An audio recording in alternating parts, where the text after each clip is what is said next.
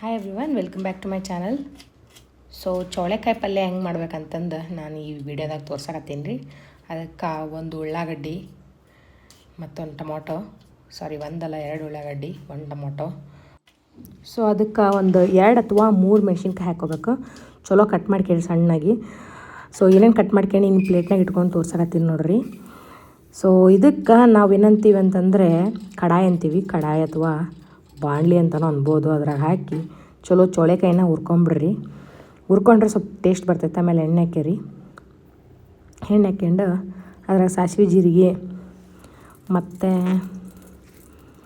ಏನೇನು ಹಾಕಿನಂತ ನಾನೇ ನೋಡಕತ್ತೀನಿ. ಫಸ್ಟ್ ಮೆಣಸಿನ್ಕಾಯಿ, ಉಳ್ಳಾಗಡ್ಡಿ ಎಲ್ಲ ಹಾಕಿ ಸ್ವಲ್ಪ ಚೆನ್ನಾಗಿ ಮಿಕ್ಸ್ ಮಾಡ್ಕೊಳ್ರಿ.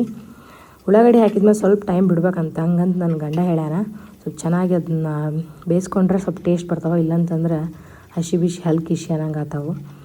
ಸೊ ಅದಾದಮೇಲೆ ನಾವು ಅದಕ್ಕೆ ಟೊಮೆಟೊ ಹಣ್ಣು ಹಾಕೋಣ. ಸೊ ಟೊಮೊಟೊ ಹಣ್ಣು ಹಾಕಕ್ಕೆ ಸ್ವಲ್ಪ ಟೈಮ್ ಬರಾಕತ್ತೈತಿ. ಒಂದು ನಿಮಿಷ. ಇವಾಗ ಟೊಮೊಟೊ ಹಣ್ಣು ಹಾಕೋರಿ. ಇವಾಗ ಟೊಮೊಟೊ ಹಣ್ಣು ಹಾಕ್ಯಂಡ್ಮೇಲೆ ಸ್ವಲ್ಪ ಮತ್ತೊಂದು ಸಲ ಕಲಿಸ್ರಿ. ಕಲಿಸಿದ ಮೇಲೆ ಇದಕ್ಕೆ ನಾವು ಆವಾಗಲೇ ಕರೆದಿಟ್ಕೊಂಡಂಥ ಏನಂತಾರೆ ಊಟನ್ನ ಚೌಳೆಕಾಯಿನ ಹಾಕಿ ಮತ್ತು ಇದನ್ನು ಚೆನ್ನಾಗಿ ಮಿಕ್ಸ್ ಮಾಡ್ಕೊಳ್ರಿ.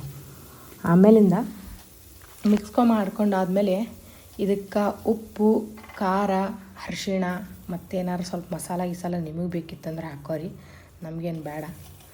ಸೊ ಹಾಗೆಲ್ಲ ಹಾಕ್ಕೊಂಡು ಚೆನ್ನಾಗಿ ಮಿಕ್ಸ್ ಮಾಡ್ಕೋಬೇಕು. ಸೊ ಇಲ್ಲಿ ಮಿಕ್ಸ್ ಮಾಡ್ಕೊಂಡು ತೋರಿಸ್ತೀನಿ ಹೆಂಗೆ ಮಾಡ್ಕೋಬೇಕು ಅನ್ನೋದನ್ನ.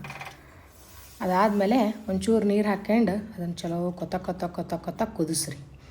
ಚಲೋ ಕುದಿಸೋದು ಭಾರಿ ಇಂಪಾರ್ಟೆಂಟು, ಯಾಕಂದ್ರೆ ಟೇಸ್ಟ್ ಚಲೋ ಬರ್ತೈತಿ. ಆಮೇಲೆ ಅದನ್ನು ಒಂದು ಪ್ಲೇಟ್ ಇಟ್ಟು ಮುಚ್ಚಿಟ್ಬಿಡ್ರಿ.